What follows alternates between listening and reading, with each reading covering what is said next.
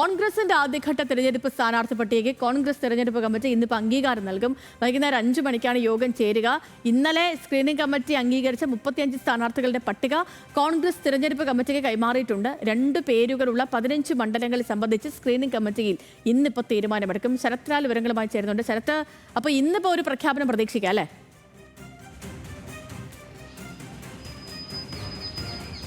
ശ്രീധലക്ഷ്മി, കോൺഗ്രസ് തെരഞ്ഞെടുപ്പ് കമ്മിറ്റി അദ്ദേഹത്തിന് CEC approve ചെയ്താൽ, അംഗീകരിച്ചാൽ ഇന്നൊരു പ്രഖ്യാപനം, അല്ലെങ്കിൽ ഇന്നോ നാളെയോ ആയിട്ട് പ്രഖ്യാപനം വരും. അത് 35 സീറ്റുകളിലേക്കാണ്. അതിൽ 20 സിറ്റിംഗ് MLA മാർ, അതുപോലെ തന്നെ ഒറ്റ പേരുകളായ വട്ടിയൂർക്കാവിൽ മുരളീധരൻ, അതേപോലെ ബൽറാം, അതേപോലെ തന്നെ TN പ്രതാപൻ, അതേപോലെ ഒറ്റ പേരുകാരുള്ള 15 പേരുകൾ. ഇങ്ങനെയാണ് 35 എണ്ണത്തിന് അംഗീകാരം സ്ക്രീനിംഗ് കമ്മിറ്റി ഇന്നലെ നൽകിയത്. ഇന്നലെ രാത്രി കേരളത്തിലെ KPCC അധ്യക്ഷൻ രമേശ് ചെന്നിത്തല, പ്രതിപക്ഷ VD സതീശൻ എന്നിവർ KC വേണുഗോപാലുമായി ചർച്ച നടത്തിയത്. കാരണം 15 പേരുകളിൽ 2 പേരുകളാണുള്ളത്.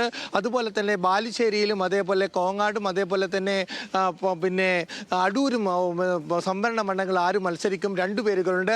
ഇതൊക്കെ കാര്യങ്ങളിൽ ഇന്ന് തീരുമാനമായിട്ടുണ്ട്.